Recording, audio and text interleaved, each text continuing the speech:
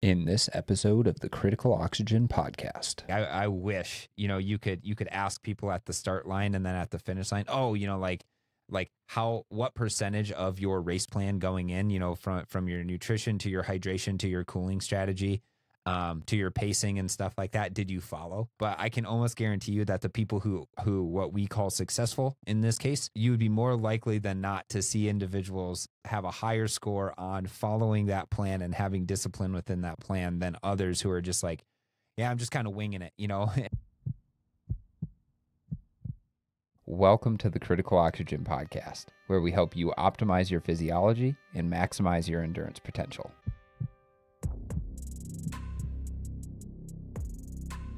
I'm your host, Phil Batterson. I have a PhD in molecular exercise physiology, and I'm the founder of Critical Oxygen, where my mission is to build better endurance athletes through remote education and in-person physiological testing.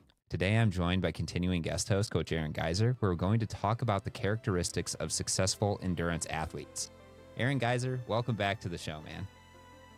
Phil, thanks for having me. It's been a while since we've actually recorded something new. I know these things continue to drop on a normal basis, but yeah.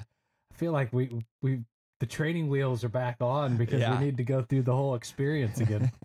I know. It even started today with a little mishap in terms of loading up the software and having to, do some edits and updates and other things like that. So it's good to be back. For those of you who didn't know, I've been traveling actually the last month with my other job through Moxie Monitor. I went over to Europe and we started with a near-infrared spectroscopy conference, and then we went to a professional football team that we're working with. We went down to Spain for another football conference, and then we headed over to Nice for the Women's Ironman World Championships, and that was incredibly fun. But it was also a month of me just focusing on doing that. So it was a little bit of a delay there, had a week or two off, kind of get my bearings again, and then went right back over to Kona, Hawaii for the Ironman World Championships. And this was the men's race last year. I was there for the women's race, but I just love being in those sort of situations and in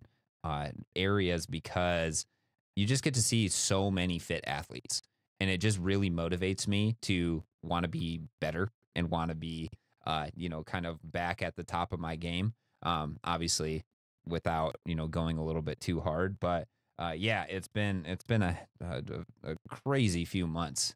So Aaron, what have you been up to? First off, I was going to say BS on it's a good place to be in front of a lot of nice athletes. You're in the French Riviera in Nice. Yeah. And then you're in Kona, Hawaii. So let's stop, take a look at the surroundings and say, gosh. I'm probably in paradise more than what's actually going on there. No, it was everything, right? It's the being, like you said, in the French Riviera. When we landed, I was like, oh, this is cool. I didn't even know what to expect because I hadn't ever seen videos or pictures of it or anything like that. So I was like, wow. And it's you land in Nice, you land on an island essentially that has been built for the airport, and everywhere around you is just these massive mountains all around and those sort of things. And it's just it's the Mediterranean. So the weather's nice. I think it was a little cloudy one day. But it's oh, now you're just splitting hairs. I know. I'm like, oh man. Every time the CEO of Moxie, Roger, asked me to go on these trips and stuff, he's like, hey, I know it's a lot to ask, but would you be willing to do it? I'm just like, Roger, you're making me go to all of these amazing places, man. So I think you need to sell it a little bit. Oh yeah, it is it's a tough trip, but I mean, I guess I can. Yeah. If you're going to twist my arm, I guess I could go. But no, it's absolutely, like I said, they're beautiful places to go with. Also, again, I appreciate the caliber of athlete that's there, and just seeing, how many people who are just into developing, their athleticism and their fitness and all of that sort of stuff. So yeah, overall, it's been an awesome, couple of months, but now I'm back, and hopefully we can get some more podcasts recorded because actually we're running out in terms of the hopper, which is Yeah, it's good, but now we got to re-up on it. But yeah. So what's been going on with you? It's just coaching. I mean, Yeah. it continues to keep it busy. I want to say I had 3 over in Nice and then another 5, a couple of consults, but a total of 5 athletes that I'm associated with that were racing at Kona too. So Nice. That's had its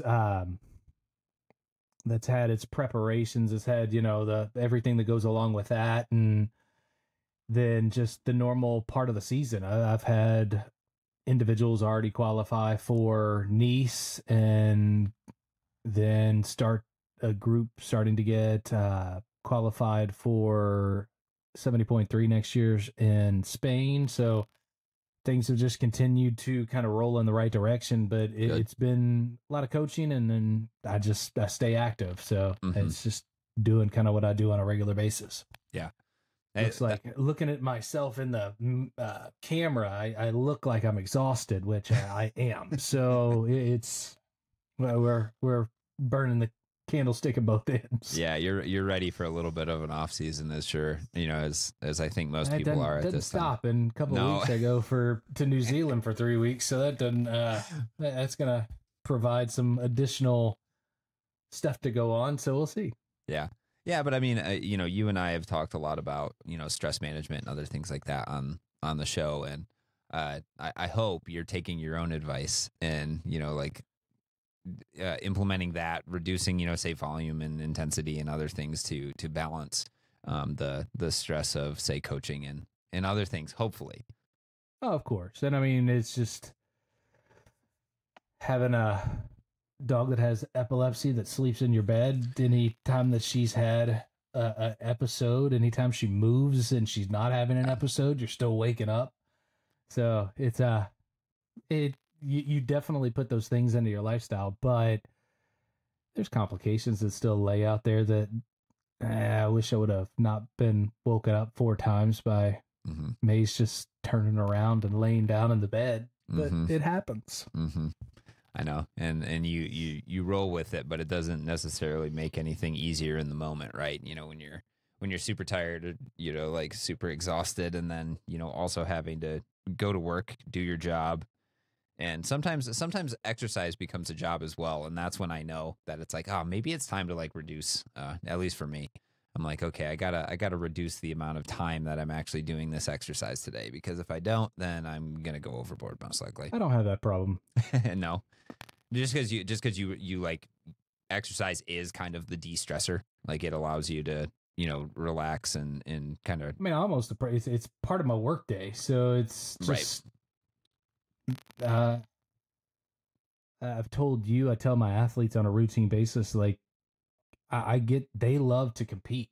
I really just stick me in my room and I'm fine. Like I like doing the process. The process to me is the most exciting part of it.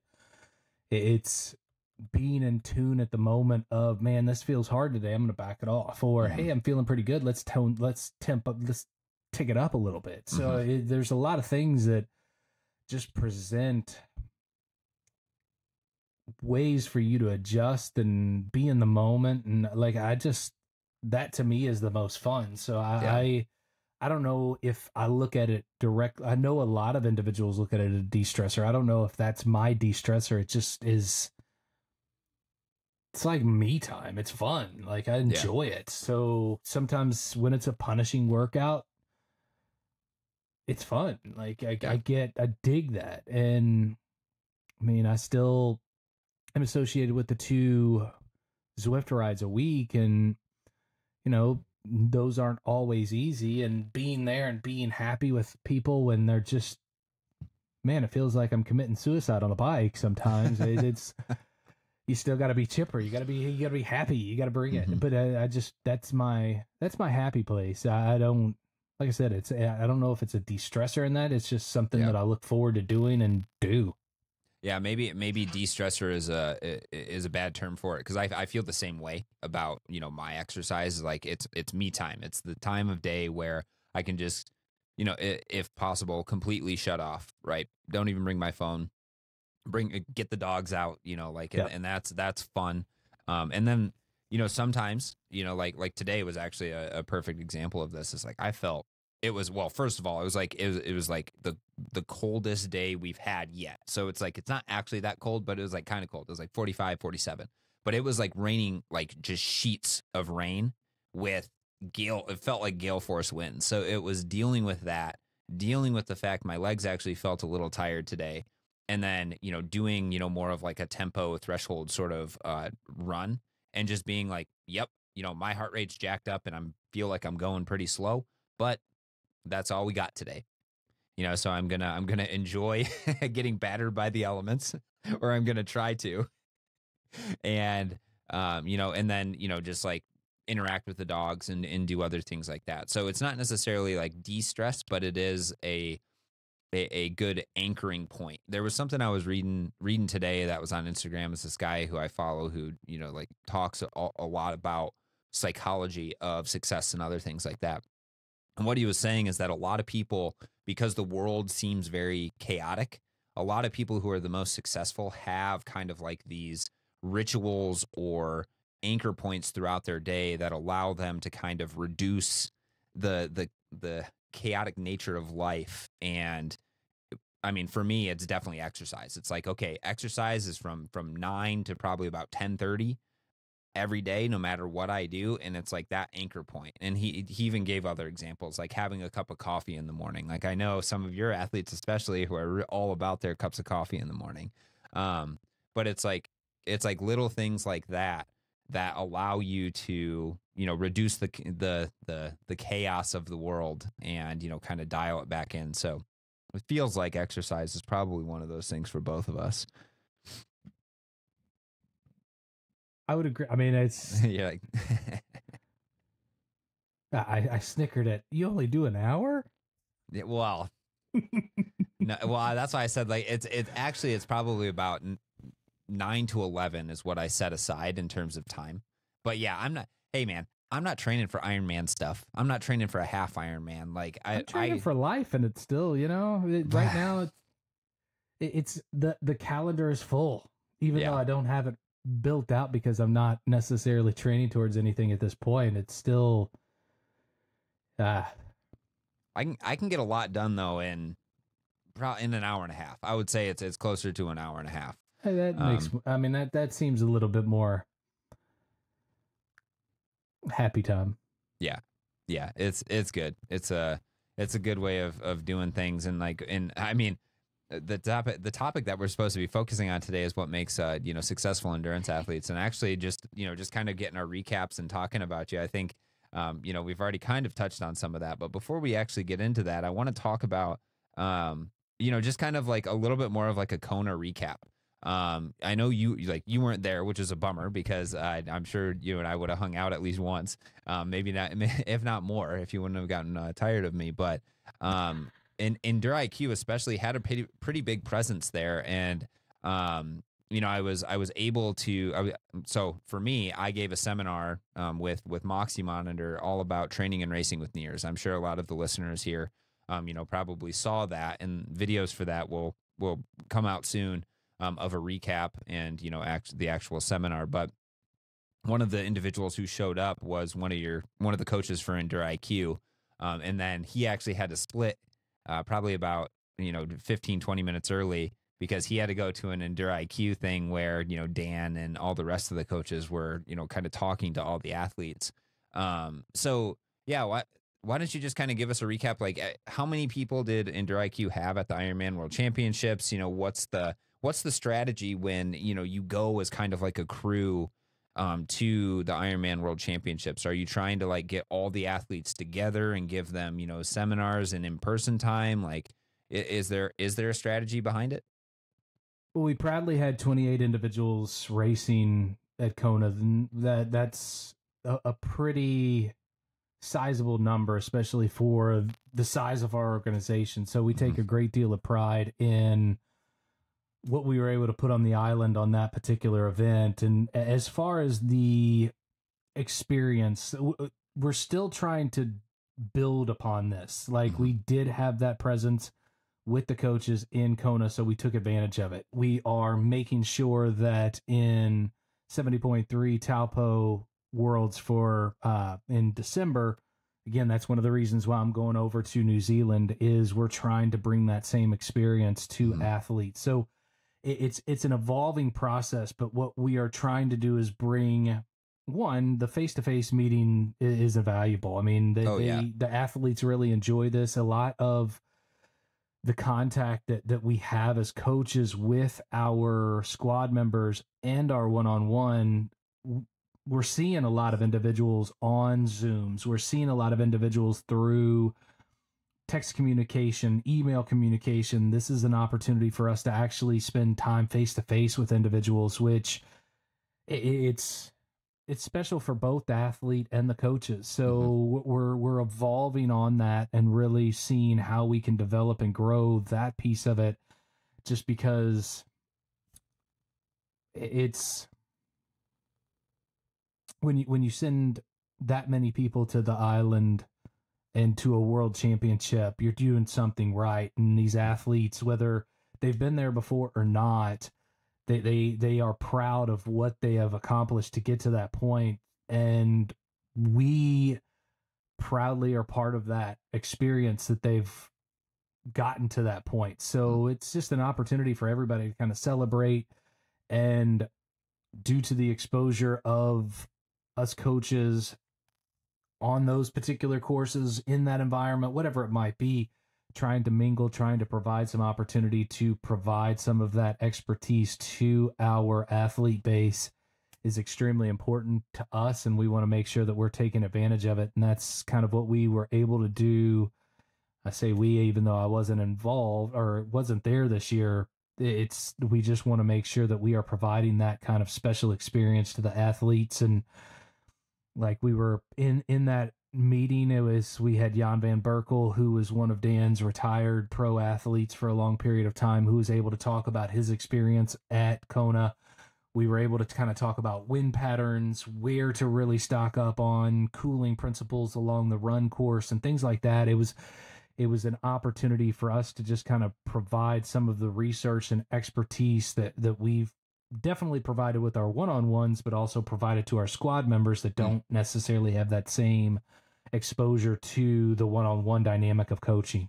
Yeah. A lot. It sounds like you were doing a lot of like community building. Like you get you get to do the one-on-one meetings, and that's what I find. It's like when you're in Kona, that's what it is. It's community building. It's touching base with all these people that you've interacted with around the world, most likely, solely on Zoom or via email. And then it's really cool because you get to meet them in person. You get to, shake their hand, go out to dinner with them, do those sort of things. Like, actually, that's where you and I met, was Kona 2022, right? And I had no idea who you actually were, and, you came up to me and you were asking some really good questions, because it was when Olav was given that seminar. And then, from there, I think you started to use Moxie, and then you and Dan started to, think about it. So then we interacted more, and then we just hit it off. And, it is different. The world seems is most connected as it's ever been. But I think a lot of the times they're not deep connections that are made, especially with social media and other things like that. So, like actually getting to see people in person is just awesome. So that's really cool. Go ahead. Like you said, I mean, the relationship that you and I evolved. I mean, you've been to my house for a week. You've met my wife. You've been able to hang out with all three of my dogs. I mean, it started from just that opportunity to be face to face and start up a conversation. And that when you get like-minded individuals into a small space like Kona, it just provides the opportunity for research, development, communication, just all these things just start to develop and percolate in that particular environment. And it develops opportunity and relationships that you can either further solidify, or you can kind of, that guy's a little bit different for me. But yeah, it's just a great opportunity for the community to kind of get there, and we're taking advantage of that. Yeah, and that's that's I think the biggest thing, for somebody, me personally, who's not, directly in the sport of triathlon and Ironman specifically anymore. I still know a bunch of coaches. I still interact with a bunch of athletes and those sort of things. So it's just good for me to kind of keep my finger on the pulse of what's actually going on. So yeah, it was a community builder. That's really cool. How did the athletes fare? On race day, it was an interesting race day. The weather on the bike seemed kind of cool, and then during the run, it was hot, at least for the first half. And first question, athletes, I mean, of course, you just get a mixed bag because 28 athletes is a lot, and some of them had great days. Some of them walked in with different expectations than the others. So where I have an athlete that finished top 10, there's another athlete that just wanted to finish. And so there's a lot of different goals and aspects. So overall, we had a very successful day. But again, it's still kind of a mixed bag. Yeah. And as far as what kind of you saw from the course of the day, the swim, we will start there. This was a Kona that was 2 weeks later than it normally is. And this year there was a situation where jellyfish came into the swim area. It was actually, so there's a website that actually tracks this information, and it was very, very heavy within the course area. Yeah. And it was the heaviest on the day of the race. So Saturday, the 26th, was like the heaviest day of jellyfish activity on the swim course. So a lot of individuals did get kissed by some jellyfish, we'll call it. And there's a lot of different reactions that can kind of take place from a jellyfish sting.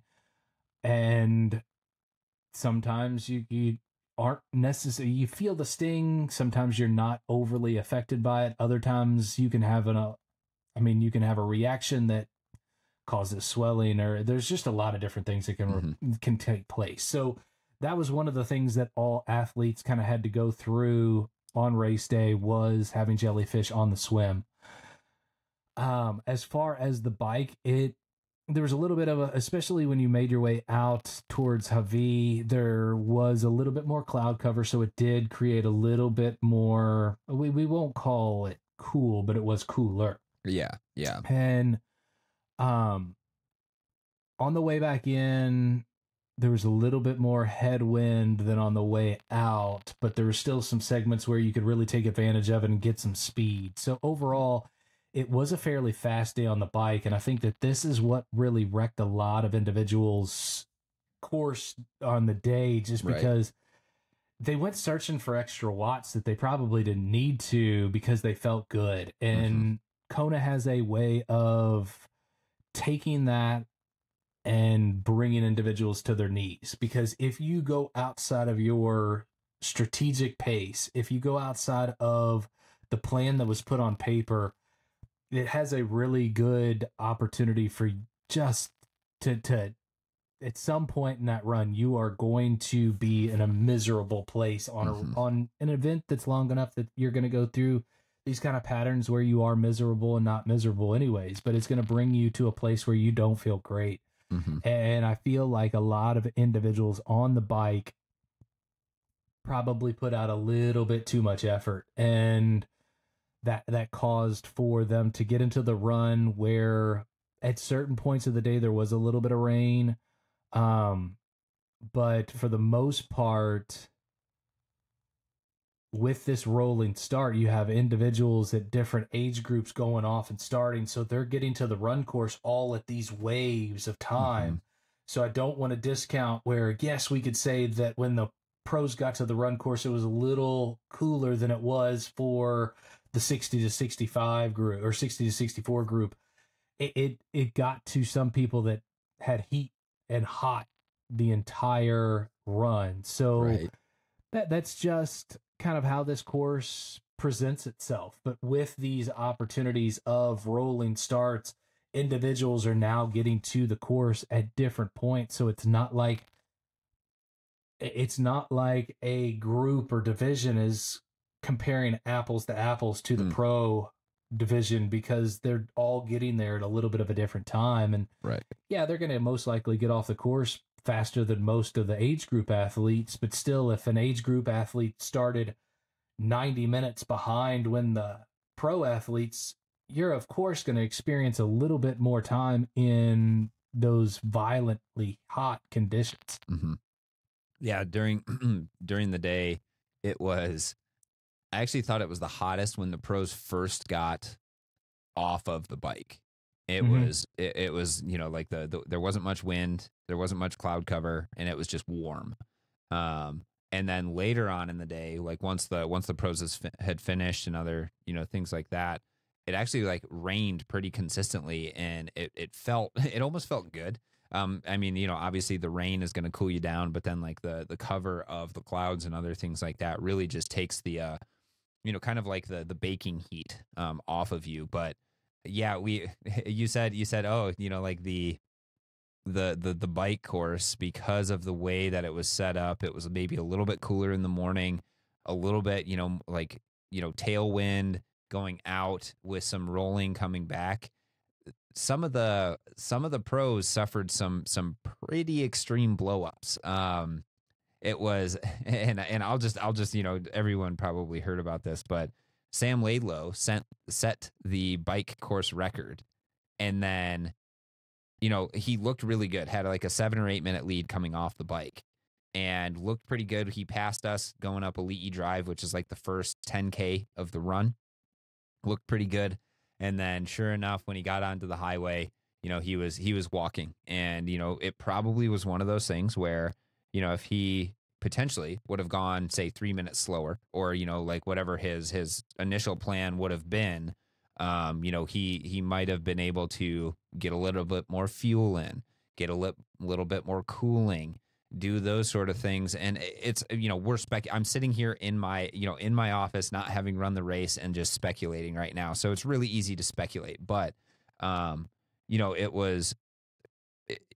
it was one of those things where it was like, oof, like he flew really, really close to the sun and got too close.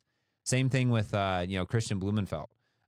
He's typically a pretty good cyclist, and you actually saw, he was trying to keep up with Magnus Ditlev, who is a phenomenal cyclist, and then he actually backed off, but he still ran into issues where he was, like probably fuel deficient, or we'll just say he ran into, those lows of underfueling, because he was throwing up when he first got on the bike, so he wasn't keeping anything down.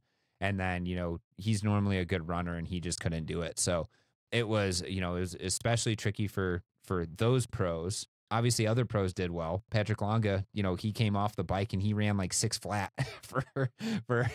Well, and he also finished that race looking like he could run another marathon. Yeah. Right? The dude absolutely looked as peak fitness as he possibly could. It just, legitimately did not show any worse for wear the entire run. And then even when he was done, they were doing the interviews, and Magnus, who finished second, and Rudy, who finished third, had their interviews, and they had looked like they had done something. Yeah. and Patrick in his interview looked unfazed. Like he looked like he was in phenomenal shape. Yeah. I think it was a combination of a couple things, right? He he had won. So for you, those of you unfamiliar, Patrick Longa won, I think, in 2017, 2018. And then, he kind of had, like a down time, in his training and stuff. And I don't know if there was injury or anything involved, but like, he was the guy who was supposed to win multiple more Ironman World Championships, and then just didn't. And that, so he was extremely pumped up, like at the finish line. You could tell this meant, the world to him to have won it. So I'm sure he was riding that high. But then on top of it, yeah, what did he run? Like a 2:37 marathon at the end or something like that? I think it was the 2:36. It was, I'm pretty sure it was just off of Gustav's 2022 record, like run course record. Yeah. And I think that was 2:35. So I think Patrick ran a 2:36. It was fast. And when he ran by us on Elite Drive, you were like, oh my gosh, this guy is sprinting and everybody else is jogging. That's like kind of like what it looked like. And, yeah, and he didn't slow down. That was like, that was 6 miles into it and he didn't slow down the entire time, which is like incredible. And then actually, Magnus Ditlev was kind of a surprise because he rode really well. And then he ran pretty well, obviously, got second. And then Rudy is just a fun guy. He wears like this like buffalo hat and stuff like that. And he just seems like relaxed, like kind of like in the press conferences and like other things like that. Obviously he takes his job very seriously, but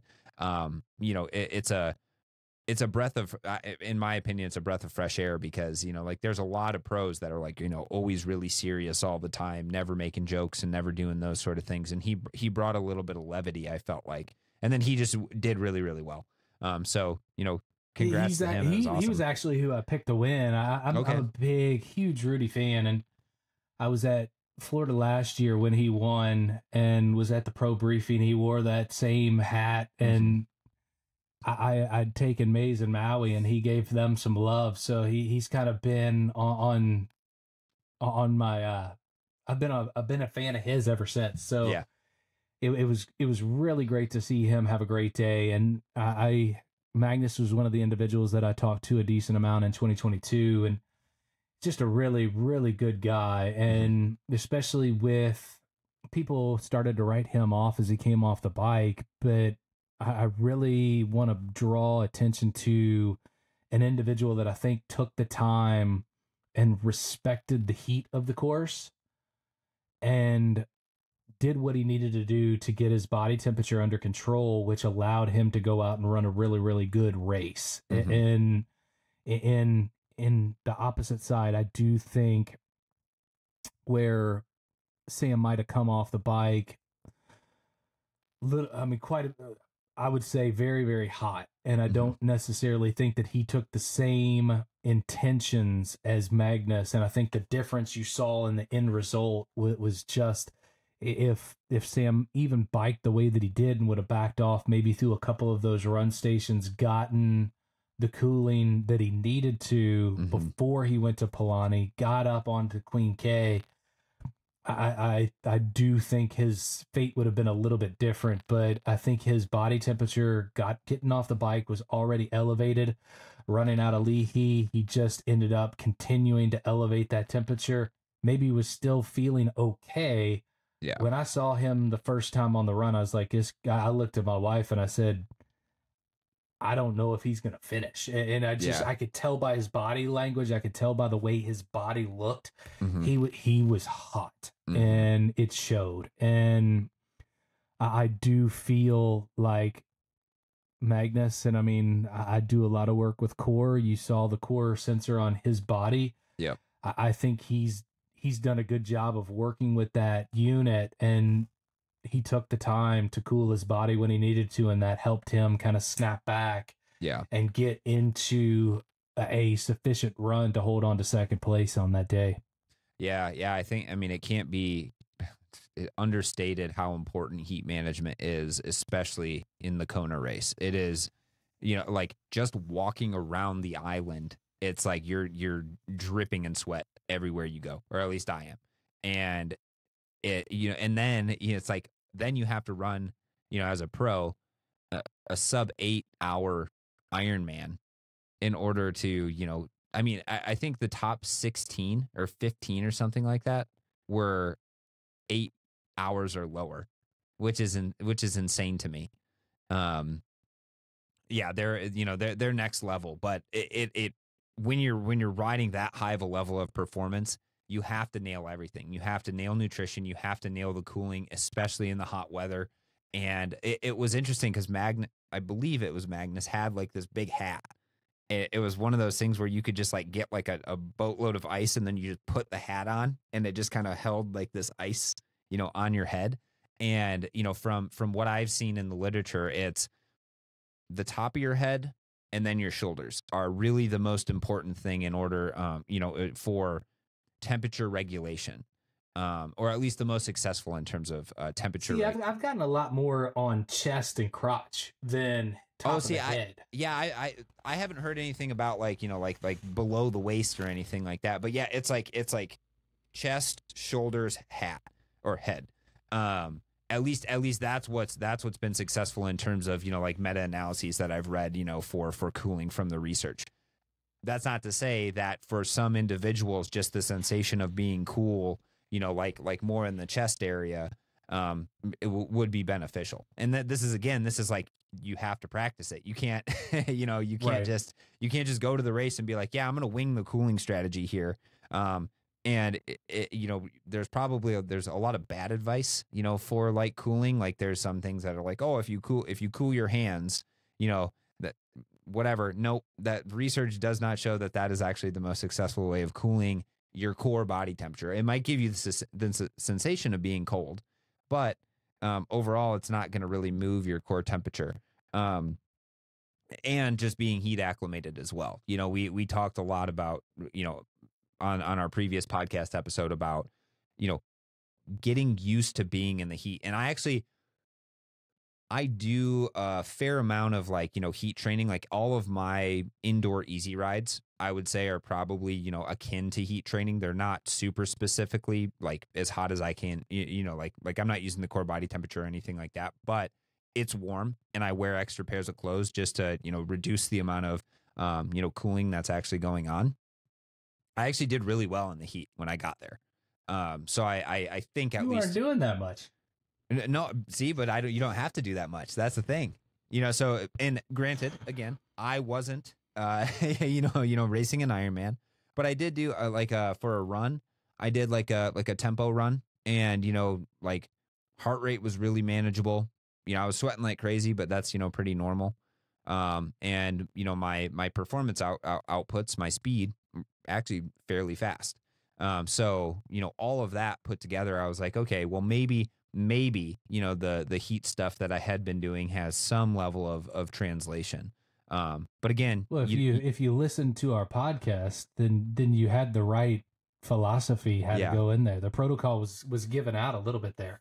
No, I know. And, like I don't have, like, I don't do, like I don't do baths, like hot baths, and I don't have a sauna and other things like that. So my primary heat stimulus is really like the indoor cycling.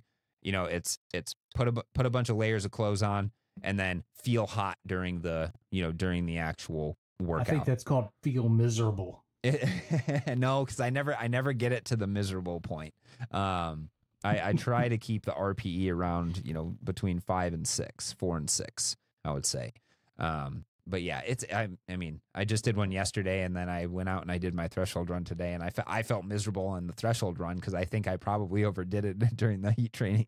So, it's always balancing. It's always balancing the stress and then coming back from that. But yeah, I think this is a good segue to start to talk about, like principles of success and endurance, in endurance events, especially, what have you seen, from your athletes and the people who are successful in, say their Ironman and half Ironman endeavors. And then we can just kind of talk back and forth. I think we kind of think the same way, but I got some ideas too.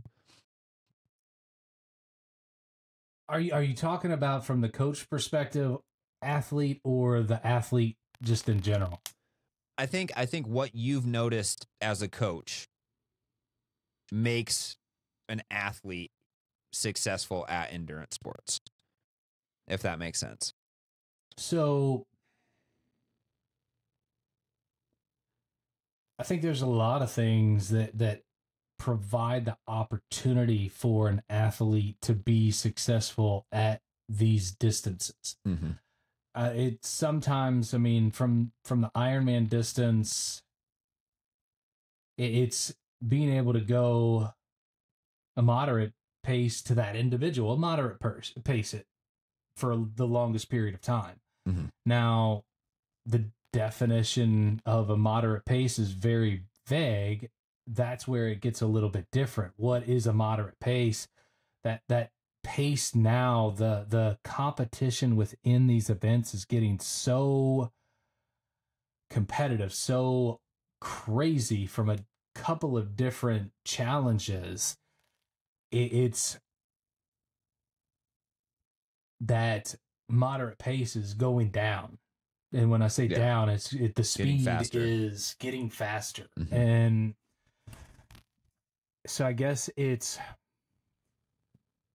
starting with, what are we tailoring as successful? You know, I mean, are we looking for where my athletes, I have some that want to improve time in and time again. Mm-hmm. I have others that it's a podium or it's not, like it's not an accomplishment.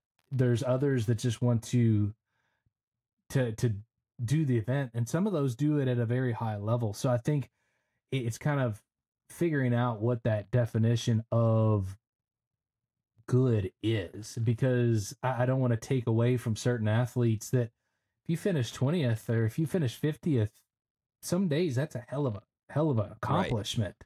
So I don't want to take away anything from anybody. So it's more of, what is that definition that we're looking for? Because I suspect that our listeners probably fall in every category from top to bottom. So I don't necessarily want to just say, hey, these are the things. Yeah. That end up leaving somebody out. This is what I'll define as success in my mind's eye, is performing to the capabilities that you see or that are predicted in training. So if an individual, right? With. Yeah, right. If an individual is a pro, success would be, okay, you know, we've projected you to go 7:45 and you go 7:44 or 7:45, right? You know, so that's my definition of success, is living up to the expectation that we're seeing during training. And how, you know, like, so what characteristics of an athlete, you know, do you see, or are there patterns that you've seen that actually make an individual more or less likely to live up to that potential on race day, right? One, consistency. Consistency in training is going to be the pinnacle. So, I mean, if an individual's only hitting 25 to 50% of their workouts, yeah, I mean, there's just, we operate in probabilities, right? What you're talking about is we want to develop a probability, so when we give an expectation, it's built off of what we truly expect to see because of the sample size that we are working off of. Mm-hmm.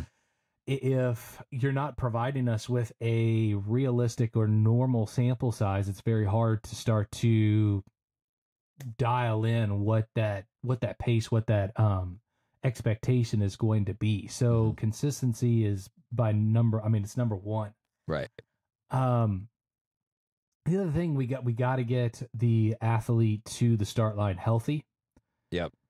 And in healthy, I don't just mean from a muscular tendon standpoint. I mean from a illness standpoint. And I think with travel to Nice and travel to Kona and travel to all these other events, we are really getting the confirmation that COVID and illness is probably more relevant than it's ever been. Mm-hmm.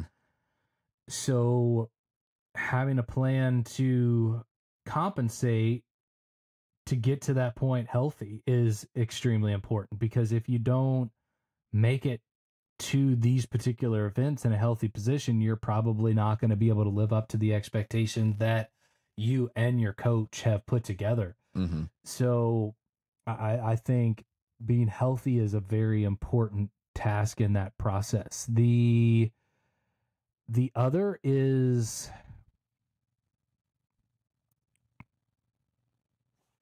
exposing yourself to these processes to be able to make in the moment decisions. Mm-hmm. Because yes, it's easy to make decisions when everything's going the right way or is going to the plan. But when things step off of that plan, what plan has your coach put in place with you as the athlete to sidestep and stay on the same direction? It might no longer be the same path, but you're still moving towards that same direction of having a good day. And I think athletes that can make that decision within the moment, just like I talked about Magnus, I think he did a marvelous day of managing the day because he recognized, I have a problem. I need to solve that problem to get to the next, to get to that next path. Right. He made that adjustment, moved over to that other path, and that path took him to a finish line that was good enough for second that day. So athletes that are able to make that adjustment within the moment, not just say, hey, I'm going to grind this axe until it's bald, because the problem is that axe is eventually going to be bald and you're not going to have anything to chop wood with at that point. So it's an athlete that thinks a little bit on the fly as well. Yeah, that problem solving is actually a huge one, right? You know, like, because in the moment, you know, it's like you have two decisions, or, you know, it's like, you know, there's always, it's like one decision or another. You say, okay, well, you know, for example, and I you know, like, let's just you know, use Magnus an example of this. Is like, say for example, he felt like he was getting too hot. The decision is, okay, I need to keep running and try to mitigate the amount of time I'm losing, or I can take 30 seconds and walk through this aid station and just pile on as much ice, cold, whatever as I possibly can. And obviously it seems like he made the cooling decision, because ultimately that led to, you know, probably like 10, 20, you know, minute change in time versus the 10 seconds or 30 seconds he would have made up on somebody, you know, had he just kept running through transition. And that, I think, though, like making those better decisions comes with experience, you know, so either racing experience or training experience. So like, this is where specificity comes into play, right? Like, if you never expose yourself to something that is, you know, like some level of like cooling, heating approach, you know, say in training, then how are you going to know, or how are you going to measure, you know, like if your core body temperature is getting too hot, right? You know, you don't know that. You don't know what it feels like to maybe go over the edge, because if you do go over the edge, then you're like, oh, well, I don't want to, I know the feeling of that now. Or like if you, you know, it's like, I feel like a lot of people, something I wrote down is sticking to a plan. So, you know, for example, I think a lot of people who, myself included, when I did my Ironman in 2012, you know, I didn't really have a plan. I was just like, oh yeah, you know, like I'm just going to go out and I'm just going to do it by feel and other things like that. And that was a bad idea, because the first probably like 4 hours of the race, I felt really good. And I was like, you know, taking in, you know, Gatorade and bananas and, you know, like not thinking about cooling or doing anything like that. And I had never done that in training. And, you know, like, and I think it's really easy, especially in the beginning, if you're not very experienced with racing, to go too hard for, you know, like too hard too early. And then we also talked about it at the start, though, where I said the conditions of the bike course provided individuals that feeling that, oh, I'm feeling great, I'm going to go overreach. And these are people that are on the world stage. Right.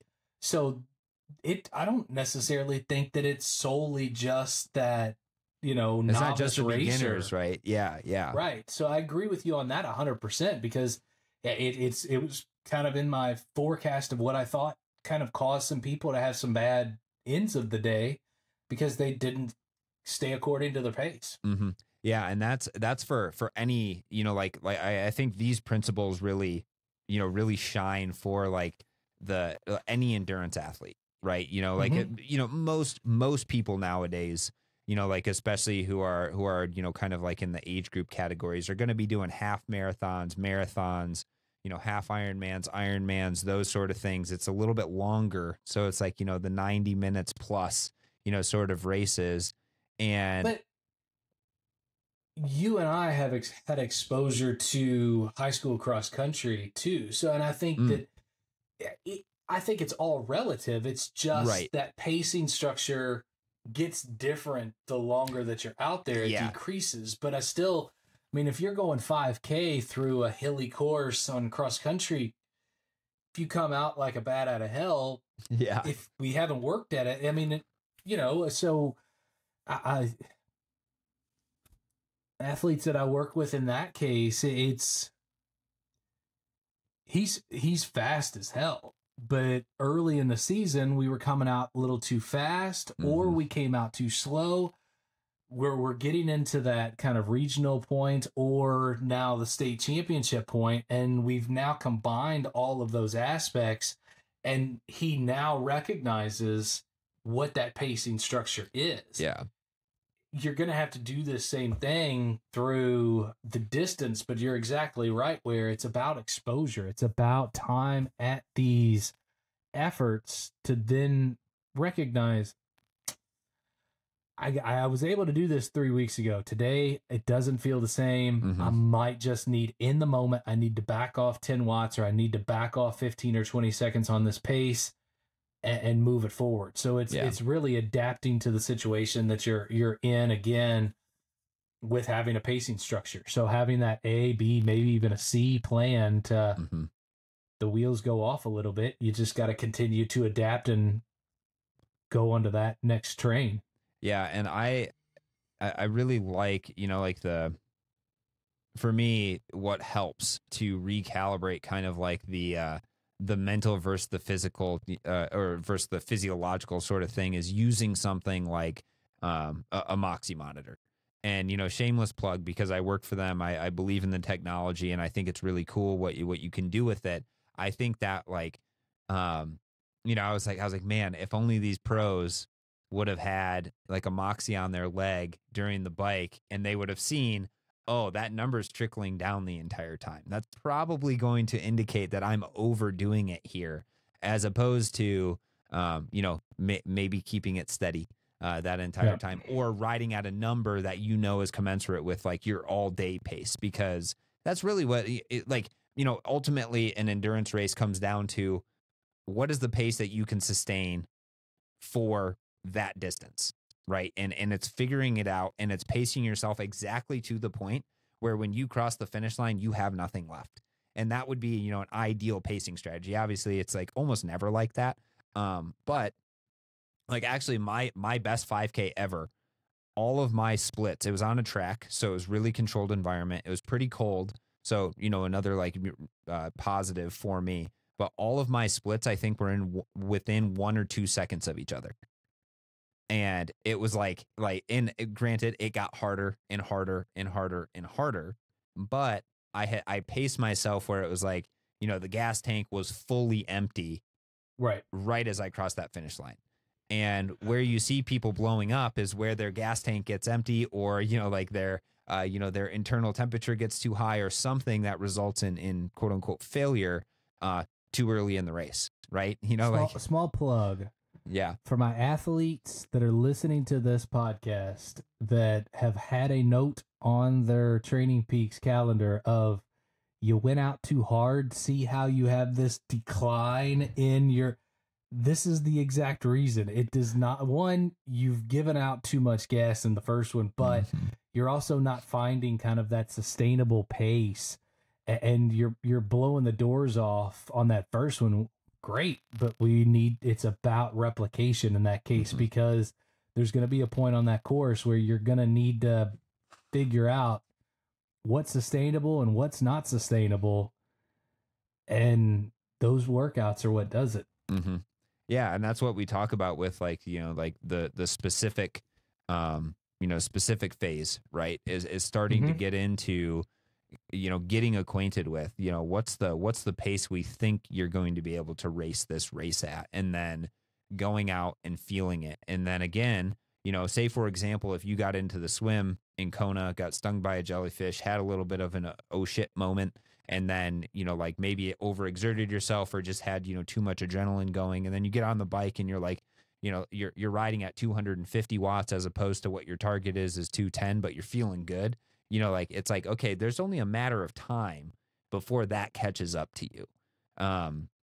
And it's, I mean, easier said than done, right? Like I said, I'm sitting at my desk, not doing this right now, but I do think it's important to hear it and then go practice it. Well, and again, this takes discipline. If you're doing it on your own, it's something that needs to always be in the back of your head. It's something that always needs to be in the plan to figure out what the plan is. If you have a coach, your coach should be working with you on, hey, we're going out a little bit too hard, or we're doing a little bit too much. That is, one thing where if you have a coach or a not coach, you need to react a little bit differently. But what we're trying to get is a reaction within the workout of saying, if I go down this path too far, there's not going to be a path anymore. If I back off a little bit, that path can continue to move forward. And it's just one of the many things that you need to kind of practice to be successful in, especially with the definition that you gave, successful.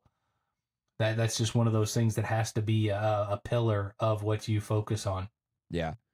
So any other, like pieces or things you've noticed for individuals who do have more of a potential to reach their fullest potential on race day? We've gone through consistency, get to the start line healthy. I'm going to put, sticking to a plan. It's a little clunky, but I would also say that is, under discipline, and then exposing yourself, to the stresses of the race so you can make better decisions, or we can call that discipline. Is there anything else that pops out for you? That it's not just race day. Yeah. I mean, and as I said about the travel, but even on top of that, you always hear about these athletes that maybe went to, let's just say that they are participating in an Ironman event. They go to the Ironman Village, which has, displays. It has other things that are being shown or sold. They spend way too much time there, and they're burning matches before they ever get to the race line. And that could be even 3 days. I mean, in the Kona environment, I mean, do you want to be burning any of your matches through the course of the week doing things that you might not do or might not want to do, because those are matches that you do need? So taking the hydration taking the nutrition in the week of, making sure that all of these things it's not just about the race. It's about leading into the race. And I talked a little bit about it on just getting to the race line healthy, but then also it's getting to the race line properly fueled with the amount of matches that you need to participate at the highest level on the day. And if part of that is you overexerting yourself, I mean, there's a triathlete that has their own video series that has multiple times been at Kona, shown what they've done during this week. Everybody knows that it's wrong. They know it's wrong, but they still do it.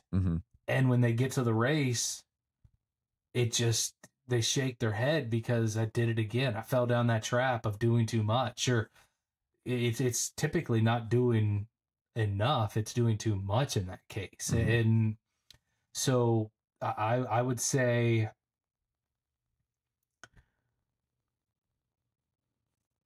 just being smart. I mean, yeah. And I know smart doesn't always, smart doesn't have a good definition. Smart can take the shape of a lot of different, but it's knowing that, yeah, today is a 35-minute run. It's not about going 45 minutes at or above race pace. It's making the smart decisions. If it's a 30-minute run, go out, run 30 minutes for easy. It's typically, we're not in that last week. It's not about, we're not going to move your pace 15 seconds per mile or kilometer if you go do that 35-minute run for 45 minutes at a harder effort. most likely that pace is not going to go down. It's going to come up when you get into the event. So making smart decisions, just knowing that it's not just about race day. It's about the steps that take you to race day. And that includes sleep, hydration, just overall exertion, and finding something that allows you to stay on that plan. I mean, the plan that you talked about, it doesn't just happen on race day. The plan should start 7-10 days out. Yeah. And I mean, that also, I would say, falls under that discipline, right? You know, you have race day discipline, and then you have race day prep discipline. And it's really easy, right? When you're in Kona, it's beautiful. Like, the weather is awesome. It's sunny out. Like, there's like, beaches you can go to. There's all these different things. You can walk around Vendor Village. You can do, like go to like the Ironman start line and see what it's all about. And like, if you're walking everywhere, like Roger and I got 20,000 steps every single day that we were there. And, and him and I weren't doing, and, that was like on top of like my workouts. So it was like, oh my gosh, like that's more walking, than I normally do. Like, I normally don't get 20,000 steps. It's maybe 10,000. Right. So that is a stress. Absolutely. And I was actually having a athlete call before this, and one of the things that we talked about is that, and I understand not every athlete is going to have this same exposure, but if you are someone that has a large community, like you're an athlete coach, or you're a coach or an athlete that has a large following, or you have partners, or you have groups that you want to meet with, you could get to Kona on the Saturday before, wake up the day of the race, or wake up the day before the race and say, what the heck happened to the last week? Yeah. And it's because, I had to go down and run and see Phil. I had to go down and run and see Aaron. I had to go down and run and see Dan. I had to go see these other people. I had to make it my way over to the ceramic speed to get my new chain on, or what. Time just ends up hemorrhaging at that point. So having a plan, and if something doesn't fit in that plan, there might just be something that you need to cross off, or, just eat the crow and say, hey, look, Phil, I was planning on coming to see you at 2:00. It's getting too late in the day. I have a race in 2 days. I'd much rather, like, let's just meet up afterwards, or whatever it might. And yeah, tough decisions have to be made. But as I was saying, with that particular athlete, it's funny how quickly that time goes. The more people that you want to go see, or the more stuff that you want to do. And yeah, you're trying to be a good person, and you actually want to see these individuals, but at certain points, it's like, you know what? You almost have to be a little selfish, right? With like, in the lead up, because you say, well, I'm here for a reason, and the reason is to perform my best here. So, right. And like for me, like me just going, if somebody said, hey, Phil, I can't meet up here, but if you could come to, say like my condo or something that's close by. But for me personally, since I'm not racing, I'd be like, oh yeah, totally understand. Like, let's go do it. Yeah. We'll get some food. We'll go under the shade. We won't like expose you to any extra stresses if that's what you need. But I think it's like at that point, right? If it's communicating, like your needs and advocating for yourself in that regard. And that's the same thing that I kind of tell people that travel with their family is, often these individuals that are going with you they've maybe been on trips with you before. They've maybe participated themselves, but they don't know instinctively what you want. So draw that out, let them know, here's the plan, and this is what I would like you to do to help to accomplish that plan. And like you said, I think it's smart, and those are valuable words that sometimes, hey, Phil, can you come to me rather than me come to you? And I can just kick my feet up and continue to prepare for probably the reason why I know you. Yeah, no, I know. And that's, those are all really, really good. And It's so funny because we talk about all this stuff, you and I, and then it really comes back to a lot of just like very basic principles, right? It's consistency with training. It's like I don't care if you're doing, like fancy ass, Norwegian method training or whatever it is. If you're not consistent with your training, then those fancy things don't really matter. And then you have to have discipline, and the discipline doesn't mean going out and crushing yourself every day. Discipline is meaning I'm going to listen to my body so I can be consistent, so I can get to the start line healthy, so I can race appropriately to the physiology and to how I'm feeling, to, like how I prepare for the race. So that one is a big one, is that discipline. And then again, I like to stress this is nothing new on race day. Don't go out and try a new gel. Don't go out and try, a new hydration method. Don't change too much about your bike, about other things like that, because as soon as you start to change those sort of things, you're setting yourself up for more potential for a risk for failure, just because you don't know how your body is going to respond to that sort of stuff. And it's just not worth the risk, in my opinion. And then it's an untracked variable. Yeah. And it really is one of those things. Like, I wish, you could ask people at the start line and then at the finish line, oh, like what percentage of your race plan going in, from your nutrition to your hydration to your cooling strategy, to your pacing and stuff like that, did you follow? And obviously it's impossible to actually track that. But I can almost guarantee you that the people who what we call successful in this case,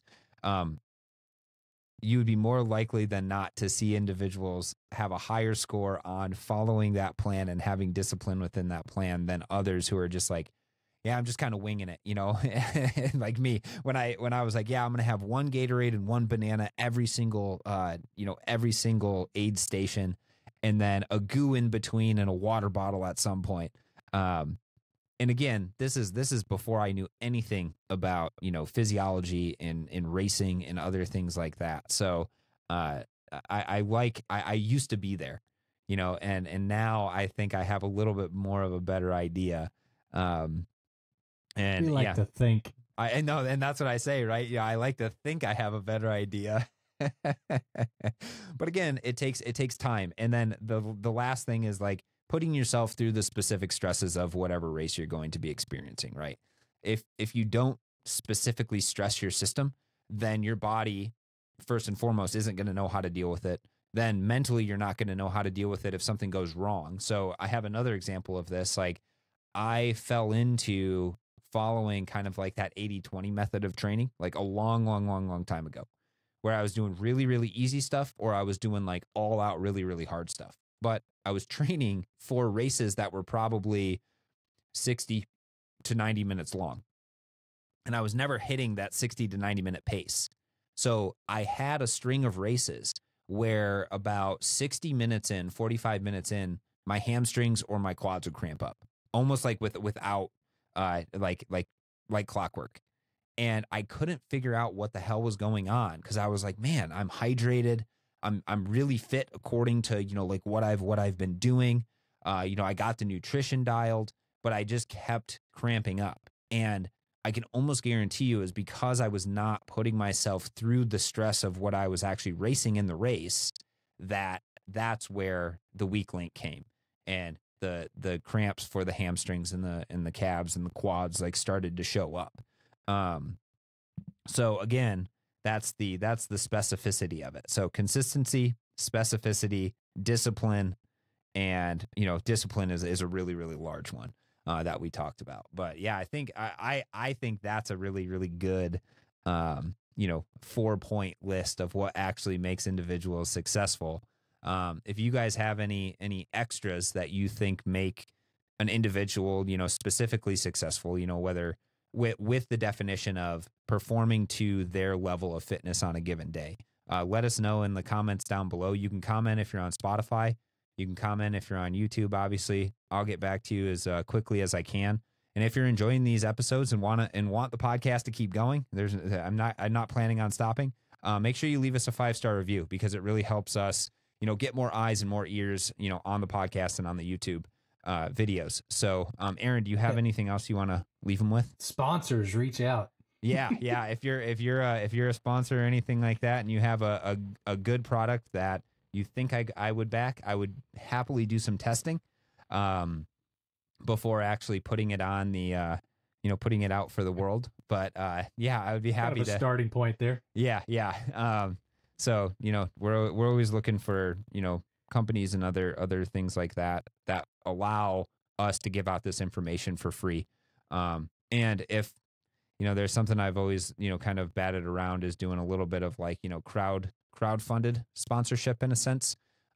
If you'd be willing to do something like that, shoot me a DM and just say, hey, Phil, I would be willing, to donate a few bucks per month, to keep the podcast going. Cause it does take a considerable amount of time, thought, and effort, to get all of these things coordinated, edited, and out to you guys as the masses. So I'm just throwing out ideas at this point. Look for more episodes coming soon with Aaron and I. If you guys have any topics or anything like that, feel free to let us know. We'd love to, see what you guys want to hear. And we'll try to put those together as best we can. We hope you enjoyed this episode on what makes an endurance athlete successful, and we'll catch you guys in the next one.